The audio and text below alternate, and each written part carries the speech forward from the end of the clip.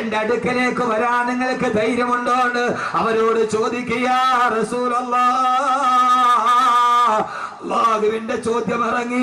അള്ളാഹുവിനെ ഇഷ്ടപ്പെട്ടവരാണെങ്കിൽ, പടച്ചറപ്പിനെ സ്നേഹിക്കുന്നവരാണെങ്കിൽ, പടച്ചറപ്പിന്റെ ഇഷ്ടക്കാരാണെങ്കിൽ, പടച്ചറപ്പിനെ സ്നേഹിക്കുന്നവരാണെങ്കിൽ, പടച്ചറപ്പിന്റെ സ്വർഗത്തിന്റെ അവകാശികളാണെങ്കിൽ, നിങ്ങൾക്ക് ആർക്കെങ്കിലും കഴിയോ? നിങ്ങൾ ആരെങ്കിലും മരണത്തെ ഇഷ്ടപ്പെടുമോ? ഈ ഭൂമിയിൽ നിന്ന് മരിച്ചിട്ട് എന്നെ മണ്ണിന്റെ അടിയിലേക്ക് വരാൻ, പരലോകത്തേക്ക് എഴുന്നേറ്റ് നിൽക്കാൻ. എന്നിട്ട് അള്ളാഹു പറയുകയാണില്ല നബിയെ, ولا يتمنونه أبدا بما قدمت أيديهم والله عليم بالظالمين ولا يتمنونه أبدا. അവരൊരിക്കലും മരിക്കാൻ ആഗ്രഹിക്കില്ല നബിയെ. ഈ ഭൂമിയിൽ നിന്ന് മരണത്തോടെ വിട പറഞ്ഞു പോകാൻ, ആരുടെ മണ്ണിലേക്ക് പോയി മലന്ന് കിടക്കാൻ അവരൊരിക്കലും ആഗ്രഹിക്കില്ല നബിയെ. കാരണം എന്തെന്നറിയുമോ? അവര് ജീവിതത്തിൽ ചെയ്ത പ്രവർത്തനങ്ങൾ എത്ര നല്ലതല്ല. അവർ ഈ ഭൂമിയിൽ ചെയ്തു കൂട്ടിയത് എത്ര നന്മകളൊന്നുമല്ല. തിന്മകൾ മുഴുവനെ ചെയ്തു കൂട്ടി അവരെങ്ങനെയാ? അവരൊരിക്കലും മരിക്കാൻ ആഗ്രഹിക്കില്ല നബിയെ. അള്ളാഹുവിന്റെ വിശുദ്ധമായ ഖുർആൻ ഞങ്ങൾ അള്ളാഹുവിനെ അനുസരിച്ച് ജീവിക്കുന്നവരാണെന്ന് അവകാശവാദം പറഞ്ഞ ചൂതന്മാരെ കണ്ണിച്ചുകൊണ്ടിരക്കി ആയത്തിന്റെ തുടക്കം ചോദിച്ചുകൊണ്ട് മരണത്തെ കുറിച്ച് കേൾക്കാനെത്തിയ എന്റെ പ്രിയപ്പെട്ട സഹോദരങ്ങളോട് ചോദിക്കട്ടെ, മരണം ഈ യഥാർത്ഥ ജീവിതത്തിന്റെ തുടക്കമാണെങ്കിൽ ആർക്കെങ്കിലും ധൈര്യമുണ്ടോ മരണത്തെ ആഗ്രഹിക്കാൻ? അള്ളാഹുവേ, യഥാർത്ഥ ജീവിതത്തിന്റെ തുടക്കം മരണമല്ലയോ? ഇനിയല്ലയോ മഹിഷറയുള്ളത്? ഇനിയല്ലയോ അർശിന്റെ തണലുള്ളത്? മരണത്തിന്റെ ശേഷമല്ലേ അർശിന്റെ തണലുള്ളത്? മരണത്തിന് ശേഷമല്ലേ ഹിസാബുള്ളത്? മരണത്തിന് ശേഷമല്ലേ സിറാത്തുള്ളത്? മരണത്തിന് ശേഷമല്ലേ മീസാനുള്ളത്? മരണത്തിന് ശേഷമല്ലേ നരകമുള്ളത്? മരണത്തിന് ശേഷമല്ലേ സ്വർഗത്തിന്റെ സുന്ദരതയുള്ളത്? അതുകൊണ്ട് എനിക്ക് നീ ദുനിയാവിൽ ജീവിക്കണ്ട, എത്രയും പെട്ടെന്ന് എനിക്ക് ഇവിടെ നിന്ന് മരിച്ചാൽ മതിയെന്ന് എന്തേ സഹോദരന്മാരെ ആഗ്രഹിക്കാൻ കഴിയുന്നില്ല? അല്ലാഹു പറയുകയാണ്,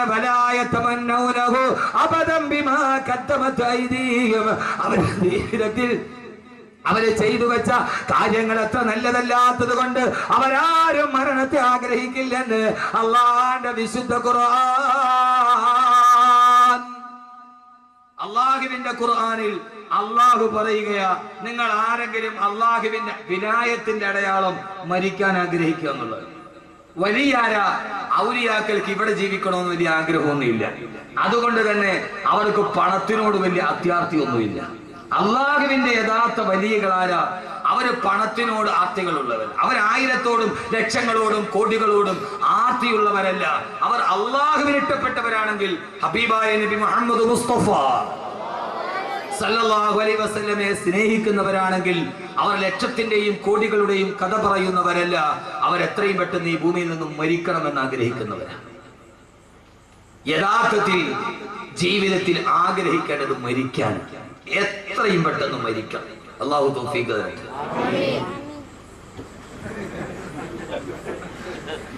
എത്രയും പെട്ടെന്ന് ഈ ഭൂമിയിൽ നിന്ന് മരിക്കണം. അല്ലാഹു തൗഫീഖ് തരട്ടെ. ഒരൊറ്റ പെണ്ണുങ്ങൾ ആമീൻ പറഞ്ഞിട്ടില്ല. കാരണം എന്താ? അവർ കണ്ട സീരിയൽ പകുതി പോലും ആയിട്ടില്ല. എന്റെ കൊച്ചിന്, എന്റെ ആദ്യത്തെ കുട്ടിക്ക് അവനെ പ്രസവിച്ചതിനാണ് ഒരു സീരിയൽ തുടങ്ങിയത്. ഞാൻ മിനിങ്ങാന്ന് ഭാര്യയോട് പറഞ്ഞു, അത് ഇതുവരെ തീർന്നിട്ടില്ലാന്ന്. അത് ആദ്യ സംവിധാനം ചെയ്ത ആളും മരിച്ചു, രണ്ടാമത് സംവിധാനം ചെയ്ത ആളും മരിച്ചു. ഇനി അയാളുടെ മോനാണ് സംവിധാനം ഇപ്പൊ ചെയ്യുക. സീരിയൽ പകുതിയായിട്ട് അതിൽ ആദ്യത്തെ ദുഷ്ട പിന്നെ നന്നാവും, പിന്നെ അവള് ദുഷ്ടയാവും, പിന്നെ അടുത്ത് നന്നാവും. അമ്മാതിരി. അപ്പൊ ഇനിയിപ്പൊ അത് തീർന്നിട്ട് ഇതിന്റെ ക്ലൈമാക്സ് കാണാതെ എങ്ങനെ മരിക്ക? പച്ചപ്പൊട്ടി, പച്ചപ്പൊട്ടി, പൊട്ടി വേറെ പച്ചപ്പൊട്ടി. ഈ ഇരിക്കുന്ന പച്ചപ്പൊട്ടികൾ. കാരണമല്ല, മേക്കപ്പിന്റെ സാരി ഉടുത്ത് ഗ്ലിസറിൻ തേച്ചിട്ട് കരയുന്ന പെണ്ണിനെ കണ്ടിട്ട്, കണ്ണിന് ഗ്ലിസറിൻ തേച്ചിട്ട് കരയുന്ന പെണ്ണിനെ കണ്ടിട്ട് 21 ഇഞ്ചിന്റെ മുമ്പിൽ ഇരുന്നിട്ട് പൊട്ടിക്കരഞ്ഞ പച്ചപ്പൊട്ടിയാണ്. പച്ചപ്പൊട്ടി. അവള് കരയുന്നത് ഗ്ലിസറിൻ തേച്ചിട്ടാണ്. അവള് ക്യാമറയുടെ മുമ്പിൽ ആ സീരിയലുകാരി കളഞ്ഞത്. ഒരു സീരിയൽ നടിക്ക് 500 സാരി ഉണ്ടെന്നാണ് ഇന്നത്തെ വനിതയുടെ റിപ്പോർട്ട്. 500 സാരി. യഥാർത്ഥത്തിൽ അഭിനയം പച്ചപ്പൊട്ടി എന്നല്ലാതെ അതിന്റെ അപ്പുറത്തേക്ക് പറയാൻ കഴിയില്ല. ഗ്ലിസറിൻ തേച്ച് കരയുന്ന ആ പെണ്ണ്, 500 സാരിയുള്ള പെണ്ണ് ഒരു ദിവസം 10 പ്രാവശ്യം സാരി മാറി മാറി ഉടുത്ത് ക്യാമറയുടെ മുമ്പിൽ ഗ്ലിസറിൻ തേച്ചിരിക്കുന്ന പെണ്ണിനെ കണ്ടിട്ട് കരഞ്ഞ പെണ്ണ്, അവളാണ് പച്ചപ്പൊട്ടി. അതിനേക്കാൾ വലിയ പൊട്ടി വേറെ ലോകത്തില്ല. പച്ചപ്പൊട്ടി. നിങ്ങൾ പറഞ്ഞ കാര്യം. യഥാർത്ഥത്തിൽ എന്റെ പ്രിയപ്പെട്ട സഹോദരങ്ങളെ, ഏറ്റവും പ്രധാനപ്പെട്ട ജീവിതം മരണത്തിന് ശേഷമാണ്. മരിക്കുക എന്ന് പറയുന്നത് സന്തോഷമാണ്. അള്ളാഹു ആ സന്തോഷം നമുക്ക് നൽകി അനുഗ്രഹിക്കണം. ആമീൻ പറയും മനുഷ്യന്മാരെ. അതുകൊണ്ടല്ലേ അള്ളാഹുവിന്റെ വിശുദ്ധമായ ഖുർആൻ പറഞ്ഞത് എന്താ? കുല്ലു നഫ്സിൻ ദായിഖത്തുൽ മൗത്ത്, കുല്ലു നഫ്സിൻ ദായിഖത്തുൽ മൗത്ത്. എല്ലാ മനുഷ്യ ശരീരവും, യഥാർത്ഥത്തിൽ നമുക്ക് അറിയാവുന്ന ചില ആയത്തുകളുണ്ട്. നമ്മൾ ഏറ്റവും കൂടുതൽ കേട്ടിട്ടുള്ള ആയത്താണ് കുല്ലു നഫ്സിൻ ദായിഖത്തുൽ മൗത്ത്. എന്താ അതിന്റെ അർത്ഥം? എന്താ അതിന്റെ അർത്ഥം? ഇതാ ദറസ് നിന്നതിന്റെ ഗുണം. എല്ലാ ജീവജാലങ്ങളും മരണപ്പെട്ടു പോകും. ഇത് നമ്മൾ പണ്ട് മുതലേ പറഞ്ഞു പഠിച്ച ഒരർത്ഥമാണ്. ചില ആയത്തുകൾ നമുക്ക് ആയത്തറിയാം, പക്ഷെ അർത്ഥം അറിയില്ല. അതിന് വലിയ ഹിസാൻ വൈത്തായതിൽ കുറവ്. അപ്പം നമുക്കറിയാം ജുമയുടെ ശക്തം ബെല്ലടിച്ചു, പള്ളിക്കകത്ത് ഒരാൾ ബെല്ല. ആയത്ത് കേൾക്കുമ്പോൾ മോനെ ഒന്നുകൂടി ഒത്തിരി സൗണ്ട് തുറന്നു വിട്ടേ, ഒരു ഇത്തിരി എക്കോ വെറുതെ വിട്ടാ ഹുനാന്ന് പറഞ്ഞാൽ ഹുനാന്ന് കേൾക്കേണ്ടത്, എന്നാലേ തന്നെ സുഖമുള്ളൂ. ആ സമയം യഥാർത്ഥത്തിൽ നമ്മൾ പണ്ട് മുതലേ പറഞ്ഞു പഠിച്ച ഒരർത്ഥമാണ് കുല്ലു നഫ്സിൻ ദായിഖത്തുൽ മൗത്ത്. എല്ലാ ജീവജാലങ്ങളും മരണം. ഇവിടെ എല്ലാ ജീവജാലങ്ങളും മരിക്കുമെന്നല്ല. കുല്ലു നഫ്സിൻ ദായിഖത്തുൽ മൗത്ത്. എല്ലാ ജീവജാലങ്ങളും മരണത്തിന്റെ രുചിയേറി. റാക്ക എന്ന് പറഞ്ഞാൽ രുചിക്കുക. മരണത്തിനൊരു രുചിയുണ്ടെന്ന് വിശുദ്ധ ഖുർആൻ. മരണത്തിന് രുചിയുണ്ട്. ഓണമെടുത്തപ്പോ സീരിയലുകളിൽ മുഴുവനും, ചാനലുകൾ മുഴുവനും, എല്ലാ പത്രപ്രസിദ്ധീകരണങ്ങളും പായസം ഉണ്ടാക്കുന്ന രുചിയുടെ വകഭേദങ്ങൾ പറയുമ്പോ എല്ലായിടത്തും പായസത്തിന്റെ രുചിയാണ്. അൽസാദിന് 101 കറിയാണ് ഇപ്രാവശ്യം. ഗിന്നസ് ബുക്കിൽ കയറാൻ പോയ കഴക്കൂട്ടത്ത് എല്ലായിടത്തും രുചിയുടെ കഥകൾ. യഥാർത്ഥത്തിൽ എന്റെ പ്രിയപ്പെട്ട സഹോദരങ്ങളെ, ഏറ്റവും വലിയ രുചിയേടാ. അള്ളാഹുവിന്റെ ഖുർആൻ പറയുകയാണ് കുല്ലു നഫ്സിൻ ദായിഖത്തുൽ മൗത്ത്. എല്ലാ ജീവജാലങ്ങളും മരണത്തിന്റെ രുചിയറിയുമെന്ന് ദാക്ക എന്ന് പറഞ്ഞാൽ രുചിക്കുക. മരണത്തിന് രുചിയുണ്ട്. ആ രുചി ഏതാണ്? ഏതായാലും ലോകത്ത് രണ്ട് രുചിയേ ഉള്ളൂ. ഒന്നുകിൽ അത് മധുരമാണ്, അല്ലെങ്കിൽ അത് കയ്പാണ്. മരണത്തിന് 2 രുചിയാണ്. ഒന്നുകിൽ കയ്പേറിയ മരണം, അല്ലെങ്കിൽ രുചികരമായ മധുരമൂറുന്ന മരണം. അല്ലാഹുവേ അല്ലാഹുവേ അല്ലാഹുവേ, നിന്റെ അടിമകൾ ഈ പാതിരാ സമയത്ത് ഇവിടെ ഒരുമിച്ചിരിക്കുകയാണ്. ജീവിതത്തിന്റെ കഥ പറയാനല്ല, ലാഭത്തിന്റെ കണക്ക് കൂട്ടുകാരനാക്കാരല്ല. അല്ലാഹുവേ, ഞങ്ങളുടെ ഏറ്റവും വലിയ കച്ചവടം മരണത്തിന് ശേഷമുള്ള കച്ചവടമാണ്. ഞങ്ങളുടെ മരണം നീ രുചികരമാക്കണേ അല്ലാ. ഞങ്ങളുടെ മരണം നീ രുചികരമാക്കി തരണേ തമ്പുരാനെ. ഏറ്റവും രുചികരമായ മരണം കാണുമ്പോ, അതുകൊണ്ടല്ലേ ആദരവായ പ്രവാചകൻ നബി മുഹമ്മദ് മുസ്തഫ, ആദരവായ പ്രവാചകൻ നബി മുഹമ്മദ് മുസ്തഫ സല്ലല്ലാഹു അലൈഹി വസല്ലമയുടെ പ്രിയപ്പെട്ട സഹാബി ബഹുമാനപ്പെട്ട സയ്യിദുനാ ബിലാൽ, കറുത്തവനായ ബിലാൽ, കറുത്ത ബിലാൽ, ഉമയ്യത്തിന്റെ ചാട്ടവാറടിയേറ്റിട്ട് പിടഞ്ഞു പോയ ബിലാൽ, ആഫ്രിക്കക്കാരനായ ബിലാൽ. ആ ബിലാൽ മരണാസന്നനായി കിടക്കുമ്പോ ബിലാൽ റളിയല്ലാഹു തആല നിന്റെ കട്ടിലിന്റെ ഭാഗത്ത് ബിലാൽ കിടന്ന് സക്കറാത്തിൽ കിടന്ന് പിടയുകയാണ്. ഭാര്യ മക്കള് നിലവിളിക്കുമ്പോ, ഭാര്യ മക്കളും മാതാപിതാക്കളും ബിലാൽ റളിയല്ലാഹു അൻഹുവിന്റെ ചുറ്റുഭാഗത്ത് നിന്ന് പൊട്ടിക്കരയുമ്പോ, ആ സമയത്ത് കറുത്തവനായ ബിലാൽ ചിരിച്ചില്ല മനുഷ്യരെ. കറുത്തവനായ ബിലാലിന്റെ മുഖം വെളുത്തു. ഏത് സമയത്തെന്നറിയുമോ? മരണവേദന മുന്നിൽ കണ്ട സമയം. ഏത് കറുത്തവനും വെളുക്കുന്നൊരു ദിവസമുണ്ട്. ആ ദിവസമാണ് മരണദൂതം വരുന്ന ദിവസം, അസ്റായീൽ വരുന്ന ദിവസം. ഏത് കറുത്ത പെണ്ണിന്റെ മുഖവും വെളുമ്പുന്ന ദിവസം. അന്നാണ് കറുത്തവനായ ബിലാലിന്റെ മുഖത്ത് വെളുപ്പുണ്ടായത്. ബിലാൽ പറഞ്ഞു, പത്രേ, നിങ്ങൾ എന്തിനാണ് കരയുന്നത്? എന്തിനാ? നിങ്ങൾ ഇവിടെ നിന്ന് വിട പറയുകയല്ലേ? ഉപ്പയെ നഷ്ടപ്പെടുകയല്ലേ? ഭർത്താവിനെ നഷ്ടപ്പെടുകയല്ലേ? പൊന്നുമകനെ നഷ്ടപ്പെടുക നഷ്ടപ്പെടുകയല്ലേ. ആ വിതയൊത്തിട്ട് ഞങ്ങൾ കരയുകയാണെന്ന് മറുപടി പറയുമ്പോ മരണസമയത്ത് പടന്തുണി കെട്ടിൽ കിടന്ന ബിലാൽ റളിയല്ലാഹു അൻഹു തന്റെ പ്രിയപ്പെട്ട ഭാര്യ മക്കളോട് പറഞ്ഞതെന്താ? നിങ്ങൾ എന്റെ മുമ്പിൽ ഇരുന്നിട്ട് കരയുന്നത് എന്തിനാ? എനിക്ക് ഏറ്റവും വലിയ സന്തോഷം ഇപ്പോഴാ. ഞാൻ മരിക്കുന്നതാണ് എനിക്ക് ഏറ്റവും വലിയ സന്തോഷം. സന്തോഷത്തോടെ നിങ്ങൾ എന്നെ യാത്രയാക്കണേ. കാരണം മരിച്ചു കഴിഞ്ഞാല് ഞാൻ പോകുന്നത് എവിടേക്കാണ്? അൽകാ മുഹമ്മദൻ വഹിസുബാ, അൽകാ മുഹമ്മദൻ വഹിസുബാ. ഞാൻ എന്റെ ഹബീബായ നബി തങ്ങളെ കാണാൻ പോവുകയല്ലേ, ഞാൻ അബൂബക്കറിനെ കാണാൻ പോവുകയല്ലേ.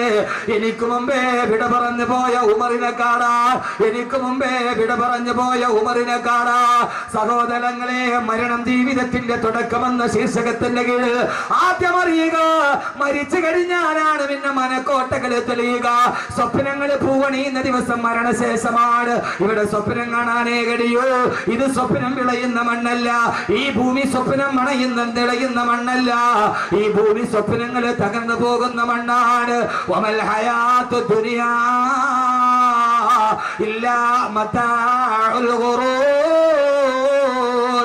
ഈ ദുനിയാവിലെ സ്വപ്നങ്ങൾ പൂവണിഞ്ഞിട്ട് ഒരാളും പോയിട്ടില്ല. ഒരു മനുഷ്യന്റെ ഈ സ്വപ്നങ്ങൾ ഇവിടെ പൂവണിഞ്ഞിട്ടില്ല. ആളുകളെ കുടുകുടാ ചിരിപ്പിച്ചവരെ ചിരിക്കാൻ കഴിയാത്ത ഭൂമി. എന്റെ പ്രിയപ്പെട്ട സഹോദരങ്ങള്, എന്റെ പ്രിയപ്പെട്ട ചെറുപ്പക്കാരാ, 2.5 മണിക്കൂർ സിനിമാ കോട്ടയിൽ നിന്നെ കുടുകുടാ ചിരിപ്പിച്ച തിരുവനന്തപുരം ജില്ലക്കാരൻ, നിന്നെ കുടുകുടാ ചിരിപ്പിച്ച ഹാസ്യതാരം ഇന്ന് വെല്ലൂർ ഹോസ്പിറ്റലിൽ നിന്ന് വീട്ടിലിരുന്ന് പൊട്ടിക്കരയുകയാണ്. അയാൾക്ക് ചിരിക്കാൻ കഴിയുന്നില്ല. 2.5 മണിക്കൂർ നിന്നെ പൊട്ടിച്ചിരിപ്പിച്ചവന് ഇന്ന് കസേരയിരുന്നിട്ട് ചിരിക്കാൻ കഴിയുന്നില്ല. മറ്റൊരുത്തനെ ചിരിപ്പിച്ചവനെ ചിരിക്കാൻ കഴിയാത്ത ലോകം.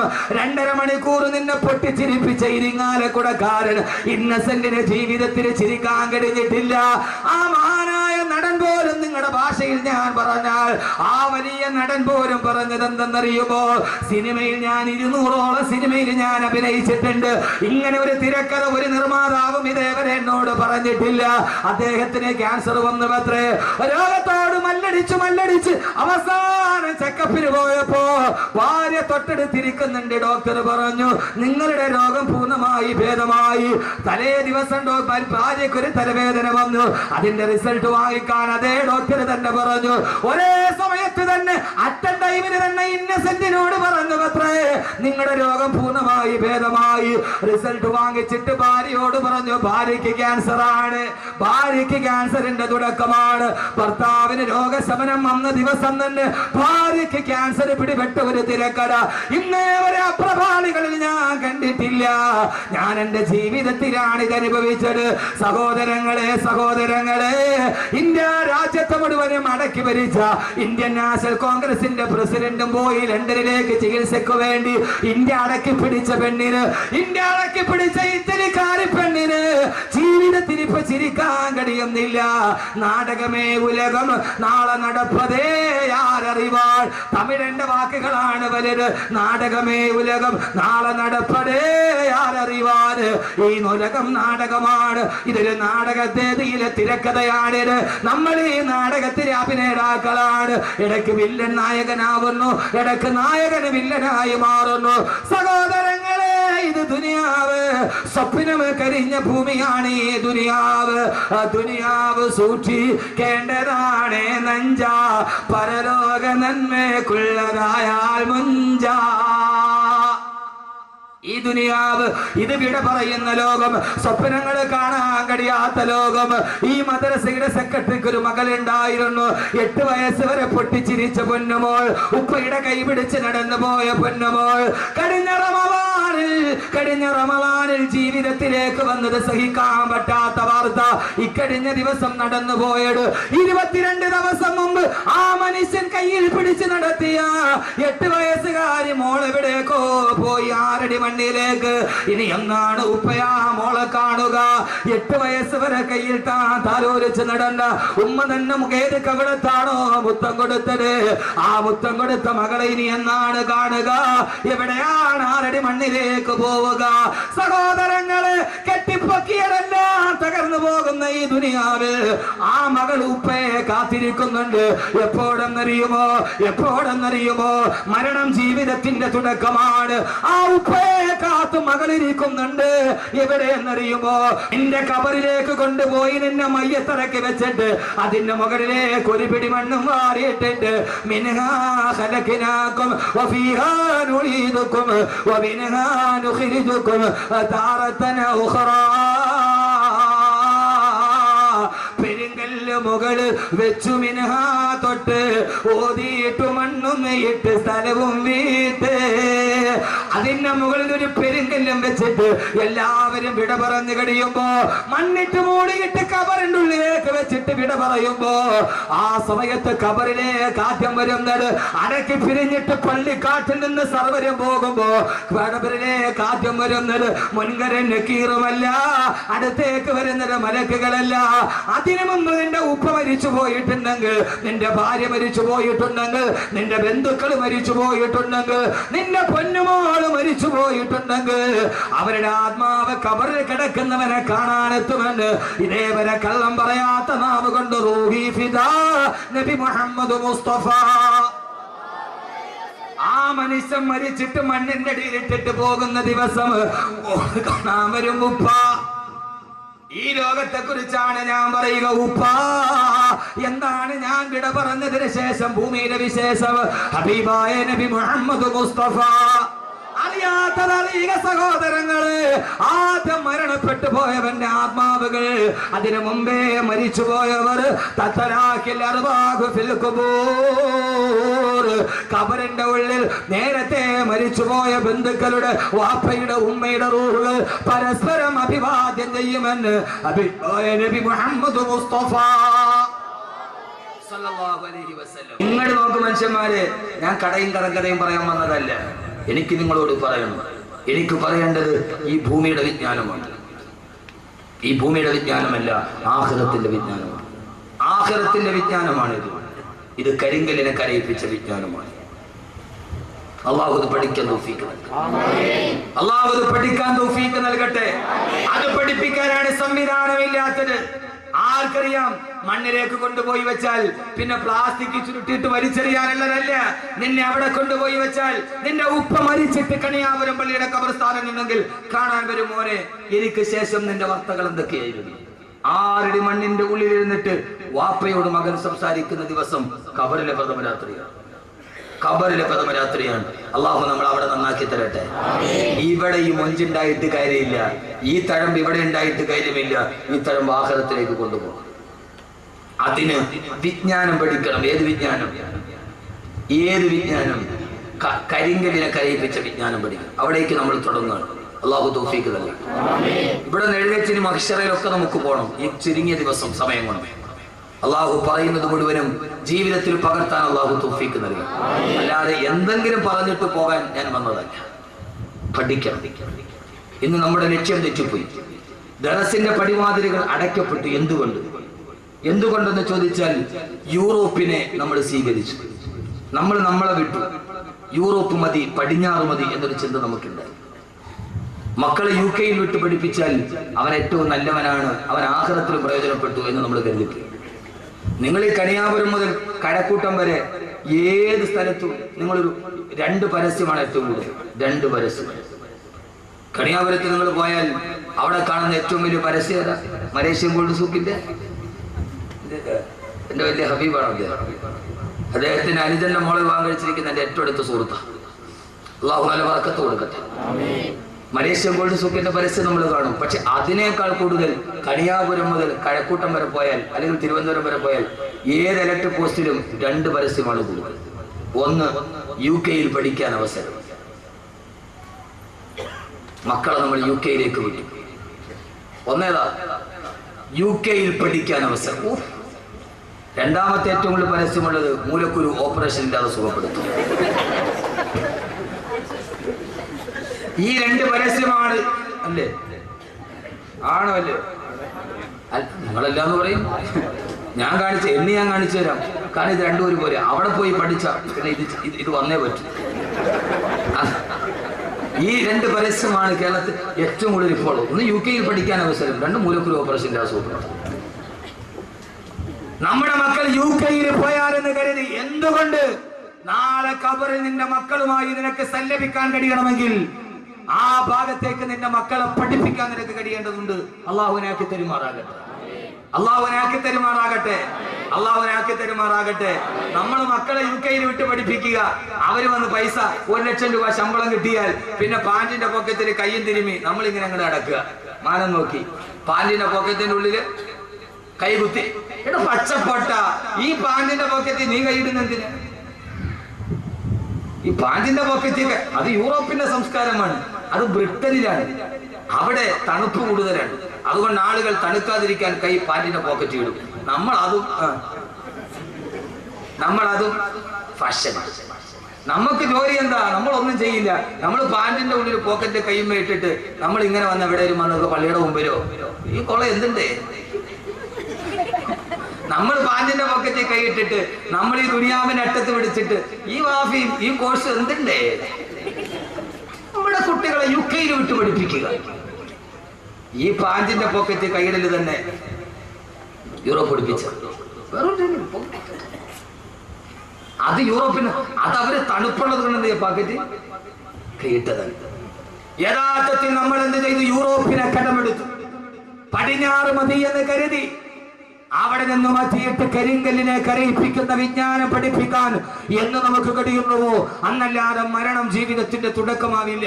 അങ്ങനെ പഠിപ്പിക്കാത്തവന് മരണം ജീവിതത്തിന്റെ അവസാനമാണ്, അവന് പിന്നീടില്ല.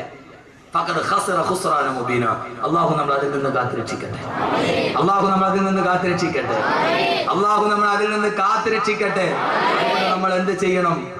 യൂറോപ്പ് യൂറോപ്പ് എന്ന് പറഞ്ഞാൽ എന്താ? യൂറോപ്പ് പച്ച വ്യഭിചാരം പഠിപ്പിച്ച നാട്. ഏത് യൂറോപ്പ് എന്ന് പറഞ്ഞാൽ എന്താ? പ്രശസ്തനായ ഒരു എഴുത്തുകാരനുണ്ട് കേരളത്തിൽ, രാമു കരിയാട്ട്. അറിയോ രാമു കരിയാട്ടിനെ? അറിയില്ല. നിങ്ങൾ ഇങ്ങനെ ഈ ചന്തയിൽ നിന്ന് കിട്ടുന്ന ഈ പൊടിമീൻ നിന്നിട്ട് നിങ്ങൾ നടന്നാൽ മതി. നിങ്ങൾക്ക് ദുനിയാവ് അറിഞ്ഞൂടെ മനുഷ്യന്മാര്. പ്രശസ്തനായ എഴുത്തുകാരനാ രാമു കരിയാട്ട്. ഈ ഒന്നുകൂടി പറഞ്ഞാൽ ചെമ്മീന്റെ സംവിധായകൻ. വലിയാര് കണ്ടോന്ന് ഇപ്പൊ ചോദിക്കും. നമുക്ക് നേരെ ബുദ്ധി അങ്ങനെ പോകും. എന്റെ വായനയുടെ ലോകം വിശാലമാണ്. നിങ്ങൾ കരുതുന്നതിനൊക്കെ അപ്പുറത്താണ് എന്റെ വായനയുടെ ലോകം. ഞാൻ ഇത് മാത്രം വായിക്കുന്ന ഒരാളല്ല. എന്റെ വായനയുടെ ലോകം നിങ്ങളൊക്കെ കരുതുന്നതിന് അങ്ങേ അപ്പുറത്താണ്. വൈക്കം മുഹമ്മദ് ബഷീറിന്റെ കഥയൊക്കെ ഞാൻ 4 പ്രാവശ്യം വായിച്ചു. എന്റെ ജോലിയെ വായന എന്റെ വായനയുടെ ലോകം നിങ്ങൾ ഉദ്ദേശിച്ച അങ്ങനെ ഒരു മൂല്യാരല്ലേ? എല്ലാം വായിക്കും. എന്നാലേ ഈ ലോകത്ത് ദൈവത്ത് നടക്കും, എന്നാലേ ഈ ലോകത്തിന് ദൈവത്ത് നടക്കൂ. എന്റെ പ്രിയപ്പെട്ട സഹോദരങ്ങളെ, ലോകം വളർന്നനുസരിച്ച് നമ്മുടെ പ്രബോധനവും പോകേണ്ടതുണ്ട്. രാമു കാര്യാട്ട് ലണ്ടനിൽ പോയി. ലണ്ടനിൽ പോയപ്പോ സായിപ്പിന്റെ അതിഥിയായിട്ട് താമസിച്ചു. ആ സമയത്ത് ഭയങ്കര തണുപ്പ്. സായിപ്പ് മാതാമയും കൂടെ തീ കത്തിച്ചു. സായിപ്പ് മദാമയും രാമു കാര്യായിട്ടുള്ള തീ കായായിരിക്കുക. അപ്പോ മദാമ പറഞ്ഞു സായിപ്പിനോട്, സായിപ്പേ എനിക്ക് വല്ലാതെ തണുക്കുന്നു, നിങ്ങൾ എന്നെ ഒന്ന് ചേർത്ത് പിടിക്കാൻ പറഞ്ഞു. അപ്പോ സായിപ്പ് പറഞ്ഞു മദാമയോട്, എനിക്കിപ്പോ നിന്നെ ചേർത്ത് പിടിക്കാനുള്ള മൂടില്ല, രാമുവെ പറ്റുമെങ്കിൽ നീ ഒന്ന് ചേർത്ത് പിടിക്കാൻ. ഇതാണ് യൂറോപ്പ്, ഇതാണ് യൂറോപ്പ്. കിണിക്കണ, ഇതാണ് യൂറോപ്പ്. യഥാർത്ഥത്തിൽ ഇത് മതി എന്ന് നമ്മൾ കരുതി. ആ സമയത്ത് എന്നോട് നിങ്ങൾക്കൊന്നും തോന്നരുത്. നിങ്ങൾ ടെക്നോ പാർക്കിന്റെ പരിസരം മുതൽ ഇങ്ങോട്ട് വരെ നടക്കും. സൗകര്യം കിട്ടുന്നവൻ ആരാണോ? എന്താ മനുഷ്യന്മാരെ നിങ്ങൾ എന്നെ തുറച്ചു നോക്കണത്? എന്താ നിങ്ങൾ എന്നെ തുറച്ചു നോക്കണത്? ധാർമ്മികത നഷ്ടപ്പെട്ടതുണ്ടായപ്പോ എല്ലാരെയും ഞാൻ കുറ്റപ്പെടുത്തുന്നില്ല. ടെക്നോ പാർക്കിൽ നിന്ന് വെള്ളിയാഴ്ച കൃത്യമായി എന്റെ ജുമയിൽ പങ്കെടുക്കാൻ വേണ്ടി വരുന്ന എത്രയോ ചെറുപ്പക്കാരുണ്ട്. ഞാൻ എല്ലാരെയും കുറ്റപ്പെടുത്തുന്നില്ല. ജുമയ്ക്ക് വേണ്ടി മാത്രം അവരെത്തുന്നവർ. സൗകര്യം കിട്ടുന്നത് എന്താണോ? പച്ച വ്യഭിചാരം. ആ വ്യഭിചാരത്തിന്റെ വിജ്ഞാനത്തിലേക്ക് നമ്മുടെ തലമുറയെ നമ്മൾ പറഞ്ഞു വിട്ടപ്പോ ടെറസിന്റെ പടിവാതിൽ അടിച്ചു കളഞ്ഞപ്പോ എന്റെ പ്രിയപ്പെട്ട ചെറുപ്പക്കാരായ യൂറോപ്പിന്റെ പച്ച വ്യഭിചാരം ഏത് വ്യഭിചാരമാ? അർജന്റീനയിലെ ലോകകപ്പിന്റെ ഏറ്റവും വലിയ ഫുട്ബോളറായ ലയണൽ മെസ്സിയെ താരാരാധന നടത്തുന്ന എന്റെ പ്രിയപ്പെട്ട ചെറുപ്പക്കാരാ, ആരാ ലയണൽ മെസ്സി? ആരാ? പച്ച വ്യഭിചാരിയല്ലേ? ആരാ മെസ്സി? ആരാ? പച്ച വ്യഭിചാരിയല്ലേ? ചെറുപ്പക്കാരാ, ലയണൽ മെസ്സിയുടെ ചിത്രവും ടീഷർട്ടിൽ ചേർത്ത് നടക്കുന്ന എന്റെ പ്രിയപ്പെട്ട ചെറുപ്പക്കാരാ, ആരാ മെസ്സി എന്നറിയോ? പച്ച വ്യഭിചാരി. കഴിഞ്ഞ ലോകകപ്പില് അർജന്റീന തോറ്റ് കഴിഞ്ഞപ്പോ, തോറ്റെന്ന് പറഞ്ഞാൽ അന്തം വിട്ട തോക്കല് തോറ്റപ്പോ, എതിരില്ലാത്ത 4 ഗോളിന് അർജന്റീന തോറ്റു.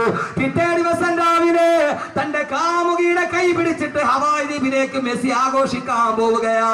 എയർപോർട്ടിൽ വെച്ച് തന്റെ അരക്കി പോട്ട് വസ്ത്രമില്ലാത്ത കാമുകിയുടെ കയ്യിൽ പിടിച്ച് ഫോട്ടോയ്ക്ക് പോസ്റ്റ് ചെയ്തപ്പോ, ആരാ മോനെ, ഒരാള് വ്യഭിചരിക്കാൻ പോയാൽ തന്നെ ആരും അറിയാതെ പോകരാ പതിവ്. പക്ഷേ ഞാൻ വ്യഭിചരിക്കാൻ പോവുകയാണെന്ന് കാമുകിയുടെ തോളത്തെ കയ്യിലിട്ടിട്ട് എയർപോർട്ടിൽ വെച്ച് ഫോട്ടോയ്ക്ക് പോസ്റ്റ് ചെയ്ത പച്ച വ്യഭിചാരിയായ മെസ്സിയുടെ സംസ്കാരം, ആ സംസ്കാരം പഠിപ്പിച്ചു നമ്മുടെ മക്കളെ. ഇസ്ലാമിന്റെ യൂറോപ്പിന്റെ സംസ്കാരം പഠിപ്പിച്ചപ്പോ യഥാർത്ഥത്തിൽ മുസ്ലിം ലോകത്തിന് വന്നത് ഇതാണ്. അതല്ല എന്റെ പ്രിയപ്പെട്ട ചെറുപ്പക്കാരാ, എന്റെ പ്രിയപ്പെട്ട സഹോദരങ്ങളോട് ഞാൻ പറയുകയാ, ഏത് വിജ്ഞാനമാ പഠിപ്പിക്കേണ്ടത്? യുകെയിലെ അവസരമല്ല, കരിങ്കല്ലിനെ കരയിപ്പിച്ച വിജ്ഞാനം പഠിപ്പിച്ചു കൊടുക്കണം. കരിങ്കല്ലിനെ കരയിപ്പിച്ച വിജ്ഞാനം പഠിപ്പിക്കണം. ഏടാ കരിങ്കല്ലിനെ പഠിപ്പിച്ച വിജ്ഞാനമേടാ? കൊടുങ്കാട്ടിലൂടെ നടന്നു പോകുമ്പോ റൂഹുമാഹിയുടെ മുമ്പിൽ ഇരുന്നിട്ടൊരു കരിങ്കല്ല് പൊട്ടിക്കരഞ്ഞില്ല മുഅ്മിനീങ്ങളെ? ഒരു കരിങ്കല്ലിരുന്നിട്ട് പൊട്ടിക്കരയുകയാ.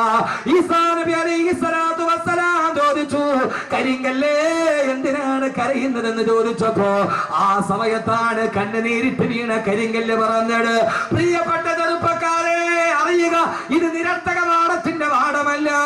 ഈ കാണുന്ന കരിങ്കല്ല് പൊട്ടിക്കരഞ്ഞവത്രേ. കരിങ്കല്ലിന്റെ കണ്ണിലൂടെ കണ്ണുനീര് തടന്തല്ലിയാ തൊഴുത്തുവത്രേ. റൂഹുല്ലാഹി ഈസാ നബി ചോദിച്ചു, കരിങ്കല്ലേ എന്തിനാണ് കരയുന്നതെന്ന് ചോദിച്ചപ്പോ ആ സമയത്താണ് കരിങ്കല്ല് പറഞ്ഞത്, അൽഹമനി റബ്ബി വഖൂദുഹ അന്നാസു വൽ ഹിജാറ. എന്റെ അല്ലാഹു എനിക്ക് അറിയിപ്പിച്ചു തന്നു, നാളെ നരകത്തിൽ തീ പിടിപ്പിക്കാൻ ഉപയോഗിക്കുന്നത് കരിങ്കല്ലിനെയാണ്. നാളെ നരകത്തിന്റെ കുണ്ടത്തിലോട്ട് വലിച്ചു വെക്കുന്നത് മനുഷ്യരെയും കരിങ്കല്ലുകളെയുമാ എന്ന് അല്ലാഹു എനിക്ക് അറിയിപ്പിച്ചു തന്നു. അതറിഞ്ഞത് മുതൽ ഞാൻ ഇവിടെ ഇരുന്ന് കരയുകയാണെന്ന് പറഞ്ഞു കരിങ്കല്ല്. ആ കരിങ്കല്ലിനെ പോലെ തന്നെയാ മനുഷ്യന് നരകത്തിലെ തീക്കുണ്ടങ്ങളാ. എന്തേ മനുഷ്യരെ കരയുന്നില്ല? എന്തേ കവളിലൂടെ കണ്ണുനീര് തടന്തല്ലിയാ തൊഴുകുന്നില്ല? എന്റെ അള്ള എന്നോട് പറഞ്ഞു, നാളെ നരകത്തിൽ കത്തിക്കപ്പെടുമല്ലോ എന്നോത്തിട്ട് വടിയരികിരുന്ന് കരിങ്കല്ല് കരയുന്നത് കണ്ടപ്പോ, അവിടെ ഇരുന്നു കൊണ്ട് ഈസാ നബി കരിങ്കല്ലിന്റെ കരച്ചിൽ കണ്ടപ്പോ ഈസാ നബി അള്ളാഹിനോട് ദുആ ചെയ്തു, അല്ലാഹുവേ അല്ലാഹുവേ അല്ലാഹുവേ, ഈ കരിങ്കല്ലിന്റെ കരച്ചിൽ കണ്ടിട്ട് സഹിക്കുന്നില്ല അല്ലാ, ഇതിന് നീ എന്തെങ്കിലും ഒരു പരിഹാരം ഉണ്ടാക്കണം. അല്ലാഹു പറഞ്ഞു, ഈസാ നബിയെ ആ കരിങ്കല്ലിനോട് പറയുക, അതിനെ മാത്രം ഞാൻ നരകത്തിലിടില്ലെന്ന്. ഈ ഭൂമി ലോകത്തിലെ മുഴുവൻ കരിങ്കല്ലുകളെ നരകത്തിലിട്ട് ആളിക്കത്തുമ്പോ ഈ കരിങ്കല്ലിനെ മാത്രം ഞാൻ നരകത്തിലിടുന്ന് പറയ ഈസാ നബി അലൈഹിസ്സലാത്തു വസ്സലാം ആ കരിങ്കല്ലിന്റെ അരികിൽ ഇരുന്നിട്ട് തടികി തലോടിയിട്ട് പറഞ്ഞു, കല്ലേ കരയണ്ട, കല്ലേ കല്ലേ കരയണ്ട കല്ലേ. ഇതേത് കഥയെന്നറിയോ? മനുഷ്യൻ കരിങ്കല്ലിനെ തടകി ആശ്വസിപ്പിച്ച കഥ. കേൾക്കുക സഹോദരങ്ങളെ, ആ കരിങ്കല്ലിനെ തടകി തലോടിയിട്ട് ഈസാ നബി പറഞ്ഞു, അത്ര കരിങ്കല്ലേ കരയണ്ട കല്ലേ കരയണ്ട കല്ലേ, അല്ലാഹു നിന്നെ മാത്രം നരകത്തിൽ നിന്ന് മോചിപ്പിച്ചിരിക്കുകയാ. ഈസാ നബി നടന്നുപോയി. കുറെ മാസങ്ങൾക്ക് ശേഷം അതിപടി വരുമ്പോ പിന്നെയും ഈ കരിങ്കല്ലിരുന്ന് കരയുകയാണ്.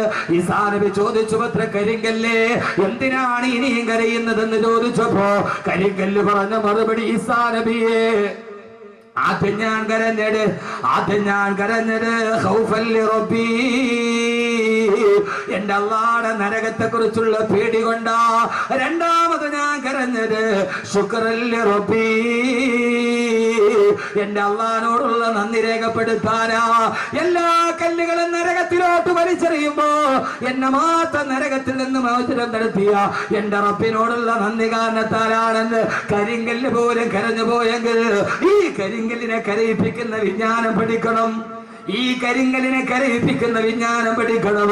ആ വിജ്ഞാനമാണ് എന്റെ മോനെ, റൂഹെന്ന് നിന്റെ കയ്യിൽ നിന്ന് വിട്ടുപോയാൽ, ഈ ശരീരത്തിൽ നിന്ന് ആത്മാവ് പോയാൽ, കരിങ്കല്ലിനെ കരയിപ്പിച്ച വിജ്ഞാനം ഏതെന്നറിയോ? ശരീരത്തിൽ നിന്ന് ആത്മാവ് വിട പറഞ്ഞു പോയാൽ നിന്റെ ശരീരം കൊണ്ടുപോയി 6 അടി മണ്ണിലേക്ക് കുഴിച്ചിട്ട് കഴിഞ്ഞാൽ 3 ദിവസം കഴിഞ്ഞ് നീ തുറന്നു നോക്കുമ്പോ നിന്റെ കണ്ണുകൾ മുഴുവനും അഴുകി മാറിയിട്ട് 2 ഗുഹയാ കാണുന്നതെങ്കിൽ 40 ദിവസം കഴിഞ്ഞ് കണിയാപുരം ഖബർസ്ഥാനില് ഖബറൊന്ന് കുഴിച്ചു നോക്കിയാ നിന്റെ എല്ലുകൾ മാത്രമാ കാണുന്നതെന്ന്. അതോടെ നിന്റെ ജീവിതം അവസാനിക്കുന്നില്ല. അഴുകി പോകുന്ന 6 അടി മണ്ണിന്റെ ഉള്ളിൽ നിന്റെ മാതാപിതാക്കൾ നിന്നെ കാണാനെത്തുമെന്ന്, സ്വർഗത്തിന്റെ മാലാകമാര് നിന്നെ സന്ദർശിക്കാനെത്തുമെന്ന്. എന്നിട്ട്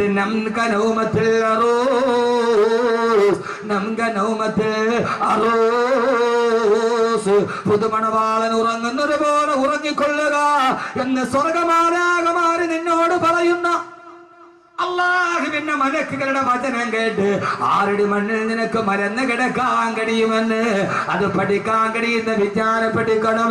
ആ വിജ്ഞാനത്തിലേക്ക് അല്ലാഹു നമ്മളെ എത്തിക്കുമാറാകട്ടെ. അല്ലാഹു നമ്മളെ എത്തിക്കുമാറാകട്ടെ. അല്ലാഹു നമ്മളെ എത്തിക്കുമാറാകട്ടെ. ഇതാണ് ഏറ്റവും വലിയ വിജ്ഞാനം. UK-യിലെ വിജ്ഞാനമല്ല. ഞാൻ മരിച്ചിട്ട് പോയാലും എന്റെ ശരീരം മണ്ണിലോട്ട് ഇഴുകി ചേർന്നാലും അവിടെയാണ് പിന്നെ എന്റെ ജീവിതം തുടങ്ങുക. 6 അടി മണ്ണിന്റെ ഉള്ളിൽ മുകളിലോട്ട് നോക്കിയാലും മണ്ണ്, താഴോട്ട് നോക്കിയാലും മണ്ണ്, വലത്തോട്ട് നോക്കിയാലും മണ്ണ്, ഇടത്തോട്ട് നോക്കിയാലും മണ്ണ്. ആ മണ്ണിന്റെ ഇടയിൽ തിരിയാനും മറിയാനും കഴിയാത്ത മണ്ണിന്റെ ഉള്ളിൽ കിടന്നിട്ട് ആകാശലോകങ്ങളുടെ വിശാല വസ്തുതയുള്ള സ്വർഗം കാണാൻ കഴിയും. അല്ലാഹു തൗഫീഖ് നൽകട്ടെ. ആമീൻ പറയും. ഉറക്കെ കാശ് കൊടുത്ത കിട്ടൂല മോനെ. ഇത് KSFBയുടെ ചിട്ടി അടിച്ചാൽ കിട്ടുന്ന സാധനമല്ല. ഇത് KSFBയുടെ ചിട്ടി അടിച്ചാൽ കിട്ടുന്ന സാധനമല്ല. ഈ സാധനം ഒരാൾക്ക് കിടക്കാൻ ഇടമില്ലാത്ത മണ്ണിൽ മലന്ന് കിടക്കുമ്പോ ആകാശഭൂമികളെക്കാൾ വിശാലമായ സ്വർഗം ഈ 6 അടി മണ്ണിന്റെ ഉള്ളിൽ ഇരുന്നിട്ട് കാണും. അല്ലാഹു തൗഫീഖ്. എന്താ ആമീൻ പറയാത്തെ? എന്താ ആമീൻ പറയാത്തെ?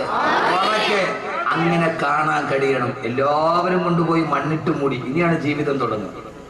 എല്ലാം പറയാനായിട്ട് എനിക്ക് സമയമില്ല. ഞാൻ പറയുന്നത് ഖുർആനാണ്. ഫീ ലൗഇൽ ഖുർആൻ, ഫീ ലൗഇൽ ഖുർആൻ. കാണാൻ പറ്റുമോ? ഇല്ല ഇല്ല. ഈ 6 അടി മണ്ണിന്റെ ഉള്ളിൽ ഒരാൾക്ക് കിടക്കാൻ സ്ഥലമില്ല. അവിടെ പിന്നെ ആകാശഭൂമികളുടെ വിശാലതയുള്ള സ്വർഗം എങ്ങനെ കാണും? ഹൂർലിങ്ങളെ കാണും.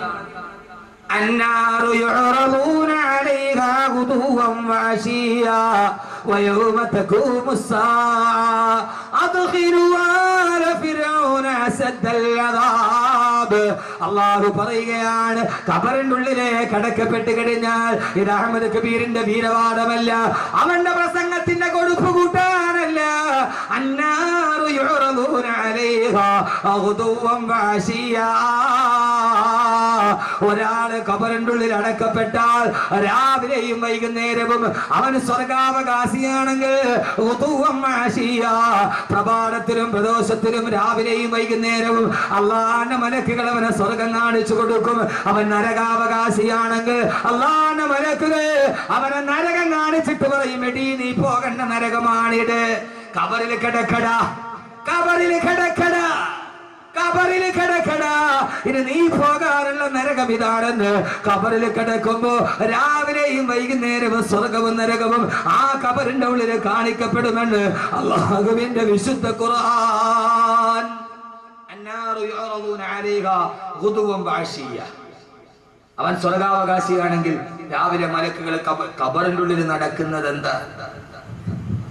ഖബറിന്റെ ഉള്ളിൽ നടക്കുന്നത് എന്താ? സ്വർഗാവകാശിയാണെങ്കിൽ സ്വർഗം കാണിച്ചിട്ട് പറയും, കണ്ടോ നിനക്ക് പോകാനുള്ള സ്വർഗമാണ്. ആ സ്വർഗത്തിലെ ഹൂർലിങ്ങളെ കാണും. ഇൻഷാല്ലാഹ് നിങ്ങൾ ഇരിക്കും. ഞാൻ അടിപൊളി ഹൂർലിനായ ഒരു പെണ്ണിനെ കുറിച്ച് പറഞ്ഞാൽ, അവള് 400 കിലോമീറ്റർ അപ്പുറത്ത് നിന്ന് ചിരിച്ചാൽ ആ ചിരി ഇവിടെ കാണാൻ പറ്റും. ആ പെണ്ണിന്റെ കൈ പിടിച്ചിട്ട് പോവാം. ഇൻഷാല്ലാഹ് ഇരുന്നാൽ അവസാനം വരെ ആ പെണ്ണിന്റെ പേര് സൈലും പറഞ്ഞാൽ ഇരിക്കൂ. ആ പെണ്ണിനെ കാണണ്ടേ? അടിപൊളി സ്വർഗത്തിൽ അവളുടെ പേര് സൈഡ് അഡ്രസ് ചെയ്ത് ഞാൻ പറഞ്ഞാൽ കാണണോ? സരിതേ മാതിരിയൊന്നുമല്ല. കേരള മന്ത്രിസഭയെ മറിച്ചിട ഒരു പെണ്ണിന് പറ്റൂങ്ങി.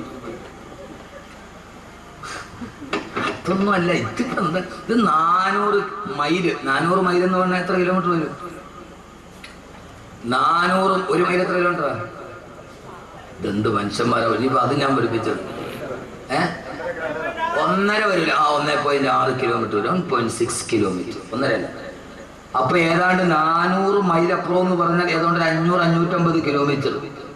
550 കിലോമീറ്റർ എന്ന് പറഞ്ഞാൽ കണിയാപുരത്ത് നിന്ന് 550 കിലോമീറ്റർ ഏതാണ്ട് കാസർഗോഡ് സേലം അല്ലേ? 550 അവിടെ എഴുതി വെച്ചിട്ടുണ്ട്. മയിൽക്കുറ്റിയിൽ എഴുതി വെച്ച വിജ്ഞാനമാണത്. എന്റെ കൂടെ പണ്ടൊരു ഡ്രൈവർ ഉണ്ടായിരുന്നു. അവൻ എന്നെ വായിച്ചിട്ട് പറഞ്ഞു, ഉസ്താദെ സലീം 550 കിലോമീറ്റർ. അപ്പൊ ആ പെണ്ണ് സേലത്ത് നിന്നിട്ട് ചിരിച്ചാൽ അവളുടെ ചിരിക്കുന്ന പല്ലിന്റെ പ്രകാശം കണിയാപുരത്ത് കാണും. ഓ, നീ ഇപ്പൊ കൊണ്ടടക്കണ പെണ്ണ് 9 മണിക്ക് അവിടെ പോയിട്ട് ചിരിച്ചോണ്ടിരുന്ന അവള് പ്രൈവറ്റ് ബസ്സിൽ വന്ന് കയറി അതങ്ങോട്ട് പോയാൽ കമ്പിയുടെ ഇടയ്ക്കുള്ള പിന്നെ കാണാൻ പറ്റും. ഇരിക്കും, ഞാൻ പറഞ്ഞാൽ അവസാനം വരെ ഇരിക്കുമല്ലോ. അള്ളാഹു തൗഫീഖ് നൽകി, അള്ളാഹു തൗഫീഖ് നൽകട്ടെ. ആദരവായ പ്രവാചകൻ നബി മുഹമ്മദ് മുസ്തഫ, ഹബീബായ നബി മുഹമ്മദ് മുസ്തഫ സല്ലല്ലാഹു അലൈഹി വസല്ലമ അല്ലാഹുവിന്റെ പ്രിയപ്പെട്ട സഹാബത്തിനോട് പറഞ്ഞു കൊടുത്തതാണ്, സഹാബാ സഹാബാ സഹാബാ, നാളെ ഖബറിൽ ഇരിക്കുമ്പോ അവൻ ഈ ദുനിയാവിൽ അനുഭവിച്ചതിനേക്കാളേറെ പരലോകത്ത് അനുഭവിക്കാൻ പോകുന്ന സൗഭാഗ്യങ്ങൾ മുഴുവനും അവൻ ഖബറിൽ കണ്ടുകൊണ്ടിരിക്കുമെന്ന് ഹബീബായ നബി മുഹമ്മദ് മുസ്തഫ. ഖബറിലെ സഹോദരങ്ങളെ ഏകാന്തതയല്ല, ഭാര്യയെ വിട്ടുപോയാലും മക്കളെ വിട്ടിട്ട് പോയാലും എല്ലാവരെയും വിട്ടിട്ട് ഏകാന്തതയുടെ ഖബറിൽ കിടന്നാലും ആ ഖബറിൽ നമ്മൾ ഒറ്റയ്ക്കല്ല. ആ ഖബറിൽ രാവിലെയും വൈകുന്നേരവും മലക്കുകൾ വരും, സ്വർഗ്ഗഹൂറിലീങ്ങൾ വരും. അവര് വന്ന് സന്തോഷത്തോടെ വർത്തമാനങ്ങൾ പറയും. പേടിക്കണ്ട, ഇനി നീ വരുമ്പോൾ നിനക്ക് അനുഭവിക്കാനുള്ള സ്വർഗമാണിതെന്ന് ആ ഫിറൗനിന്റെ പതനത്തിന്റെ കഥ പറയുമ്പോ അല്ലാഹുവിന്റെ വിശുദ്ധ ഖുർആൻ, അല്ലാഹുവേ ആരുടെ മണ്ണില് മരന്ന് കിടക്കുമ്പോ ആ സമയത്ത് സ്വർഗത്തിന്റെ കാഴ്ച കണ്ട് ചിന്തിക്കാൻ, റബ്ബേ നീ ഞങ്ങൾക്ക് അനുഗ്രഹം നൽകണേ തമ്പുരാനെ, ഞങ്ങൾക്ക് അനുഗ്രഹം നൽകണേ തമ്പുരാനെ, ഞങ്ങൾക്ക് അനുഗ്രഹം നൽകണേ തമ്പുരാനെ. അങ്ങനെ കാലാകാലം കിടക്കേണ്ടുന്ന ഖബറിൽ, കാലാകാലം കിടക്കേണ്ടുന്ന ഖബറിൽ അങ്ങനെ കഴിയുമ്പോഴാണ്, കുറെ നാള് ഖബറിൽ കഴിയുമ്പോഴാണ്. ഖബറിലെ അനുഭവങ്ങളൊക്കെ ഞാൻ ധാരാളം പ്രസംഗിച്ചിട്ടുണ്ട്. അങ്ങനെ എല്ലാവരും മരിച്ച് ഏറ്റവും അവസാനം ലോകാവസാനമായി. ലോകം അവസാനിച്ചു. ലോകാവസാനം കേൾക്കാത്ത ആരെങ്കിലും ഉണ്ടോ കൂട്ടത്തിൽ? ഇല്ലല്ല. അപ്പൊ ലോകാവസാനമൊക്കെ നന്നായിട്ട് പഠിച്ചില്ലേ? ലോകം അവസാനിച്ചു. എല്ലാവരും ഖബറിന്റെ ഉള്ളിൽ കിടക്കുക. എല്ലാവരും എന്ന് പറഞ്ഞ ഞാനും നിങ്ങളും അടക്കമുള്ള സർവ്വ ചരാചരങ്ങളും മണ്ണിന്റെ അടിയിൽ മലന്നടക്കുക. ലോകാവസാനമായി. ഏതാണ്ടൊക്കെ അടുത്ത് അമേരിക്ക സിറിയ ആക്രമിക്കാൻ തീരുമാനിച്ചിട്ട് പിന്തിരിഞ്ഞു എന്നാ പറയുക. ലോകാവസാനത്തിന്റെ 2 അടയാളങ്ങൾ ഏതാണ്ട് ഇപ്പൊ വക്കത്തെത്തി നിൽക്കും. ഒന്ന്, അമേരിക്ക സിറിയ ആക്രമിക്കണം. എന്നാലേ ലോകാവസാനത്തിന്റെ അടുത്ത അടയാളം വരുമ്പോ ഞാൻ പറയാം. ലോകാവസാനം പറയാൻ ബാക്കി വെച്ചത് ഞാൻ ആദ്യം പറയാത്ത പിന്നീട് പറയും. ഇനി അടുത്തൊരു കാസറ്റും കൂടെ ഞാൻ ഇറക്കുന്നുണ്ട്, ലോകാവസാനം പറയാൻ മറന്നുപോയത്. ബാക്കി വെച്ചതല്ല, പറയാൻ മറന്നുപോയത്. അങ്ങനെ കുറെ കിട്ടിയിട്ടുണ്ട്. എന്റെ പ്രിയപ്പെട്ട, ഒന്ന്, ലോകാവസാനത്തിന്റെ 2 അടയാളം നമ്മുടെ മുമ്പിൽ ഇപ്പൊ നിൽപ്പുണ്ട്. ഒന്ന്, അമേരിക്ക സിറിയ ആക്രമിക്കണം. ആ ഒരു യുദ്ധം ഉണ്ടാവും. ഒന്നുകിൽ സിറിയ അല്ലെങ്കിൽ ഇറാൻ ഉണ്ടാവും, ഉറപ്പാണ്. 2, മോഡി ഇന്ത്യയുടെ പ്രധാനമന്ത്രി ആവണം. ആവരുന്നല്ല, നരേന്ദ്രമോദി ഇന്ത്യയുടെ പ്രധാനമന്ത്രി ആവണം. എന്നാലേ ലോകം അവസാനിക്കും.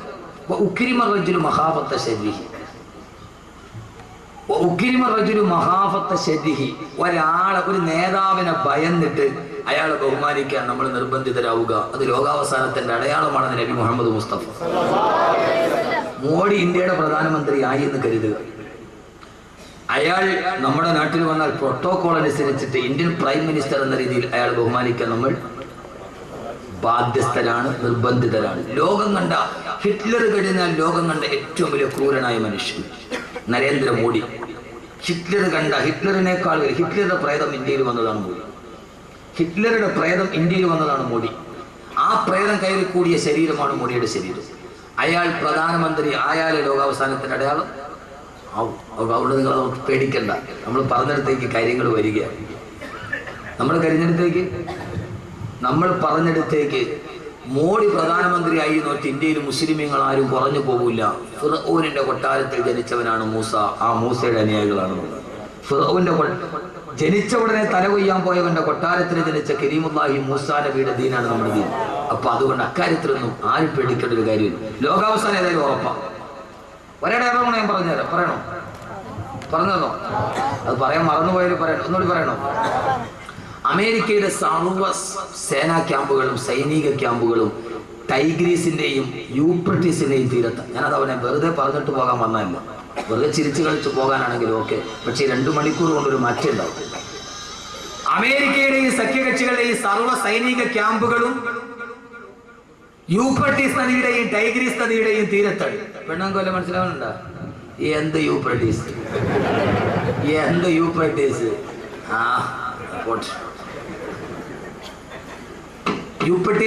എന്തുകൊണ്ട് സർവ്വ പട്ടാള ക്യാമ്പ് ഇപ്പൊ സ്ഥാപിച്ചിരിക്കുന്ന യൂഫ്രട്ടീസിന്റെ ടൈഗ്രീസിന്റെ തീരത്ത്? എന്തുകൊണ്ട്?